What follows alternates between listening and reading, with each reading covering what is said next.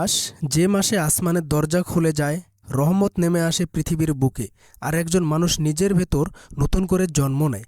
এটাই পবিত্র রমজান, আত্মশুদ্ধি, সংযম ও আল্লাহর নৈকট্যের মাস।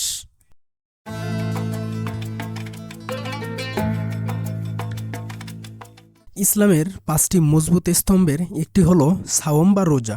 হিজরি 2য় সনে 624 খ্রিস্টাব্দে যখন মদিনার আকাশে রমজানের চাঁদ উদিত হয়, তখন থেকে এটি মুসলিম জাতির ওপর ফরজ করা হয়। পবিত্র রমজানের অমোঘ ঘোষণা, হে ঈমানদারগণ, তোমাদের উপর রোজা ফরজ করা হয়েছে, যেমন ফরজ করা হয়েছিল তোমাদের পূর্ববর্তীদের ওপর, যাতে তোমরা মুত্তাকি হতে পারো। তাকওয়া শব্দটি ছোট হলেও এর গভীরতা আকাশসম। এটি কেবল না খেয়ে থাকা নয়, বরং সকল অন্যায় থেকে নিজের নফসকে শাসন করার নাম।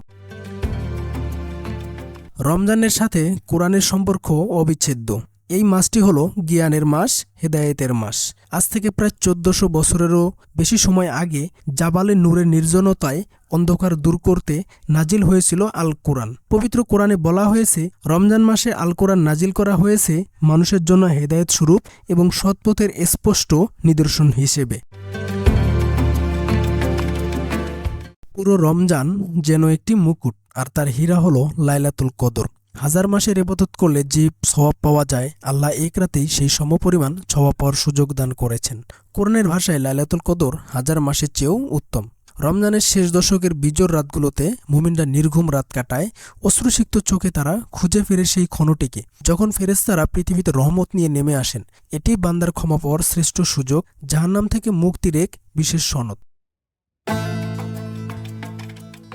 রোজা রাখা মানে কেবল দৈহিক উপবাস নয়, এটি চোখের রোজা, কানের রোজা এবং হৃদয়ের রোজা।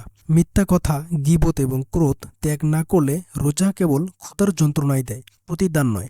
ভোরের আফসা আলোয় সেহরি খাওয়া যেমন বরকতের, তেমনি দিনের শেষে ক্লান্ত শরীরে সূর্যাস্তের প্রতীক্ষা এক অদ্ভুত ধৈর্যের পরীক্ষা দেয়। প্রিয় নবী সাল্লাল্লাহু আলাইহি ওয়াসাল্লাম বলেছেন, প্রতিটি মুসলমানের জীবনে রোজা ঢালস্বরূপ। যেমন ঢাল শত্রুর আঘাত থেকে রক্ষা করে, তেমনি রোজা মানুষকে শয়তানের প্ররোচনা আর নিজের কুপ্রবৃত্তি থেকে আলাদা রাখে। খোদা কি জিনিস তা ধনী ব্যক্তিদের শেখায় পবিত্র রমজান। যখন খোদার জ্বালা পেটে অনুভব হয়, তখন মনে পড়ে সেই অভাবী প্রতিবেশীর কথা, যার ঘরে হয়তো বছরের বেশিরভাগ দিনই চুলা জ্বলে না। এই মাস সহমর্মিতার। জাকাত, সদকা আর ফিতরা, এই 3টি মাধ্যমে সম্পদ চলে যায় গরিবের হাত। এটি কেবল দান নয়, এটি ধনীর সম্পদের গরিবের হক। রমজানে ইবাদতের সওয়াব 70 গুণ বাড়িয়ে দেওয়া হয়, তাই মুমিনরা দুহাত খুলে আর্ত মানবতার সেবায় ঝাঁপিয়ে পড়ে।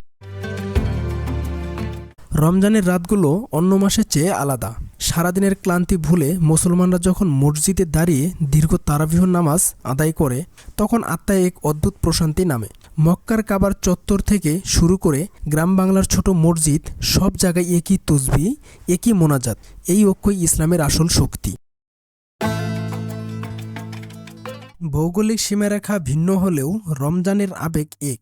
ইন্দোনেশিয়ার ডুগডেরান উৎসব, তুরস্কের রামাজান তাবু, মরক্কোর ঐতিহ্যবাহী হারিরিয়া স্যুপ কিংবা বাংলাদেশের ইফতারি বাজারে চটপটি আর পেঁয়াজুর সুবাস, সবকিছুতেই মিশে আছে এক পবিত্র আনন্দ।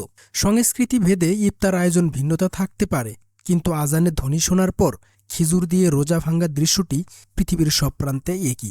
এটিই হলো বিশ্ব মুসলিম ভ্রাতৃত্বের অনন্য উদাহরণ। অবশেষে আসে সেই মহেন্দ্রক্ষণ, ঈদুল ফিতর। 1 মাস কঠোর সাধনার পর এটি আল্লাহর পক্ষ থেকে এক বিশাল পুরস্কার। তবে এই আনন্দ পূর্ণ হয় না যতক্ষণ না সমাজের অবহেলিত মানুষগুলো এতে সামিল হয়। তাই ঈদের নামাজের আগেই সাদাকাতুল ফিতর আদায় করা বাধ্যতামূলক। ঈদ মানে আনন্দ, ঈদ মানে ভেদাভেদ ভুলে যাওয়ার দিক। এটি প্রমাণ করে যে রমজান আমাদের কেবল ইবাদত নয়, বরং একে অপরকে ভালোবাসতেও শিখিয়েছে।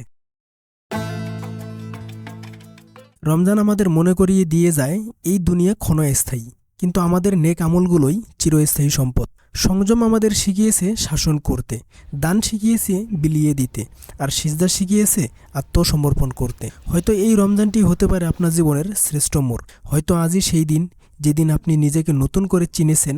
বিদায় হে রমজান, ফিরে এসো বারবার আমাদের আত্মার তৃষ্ণা মেটাতে।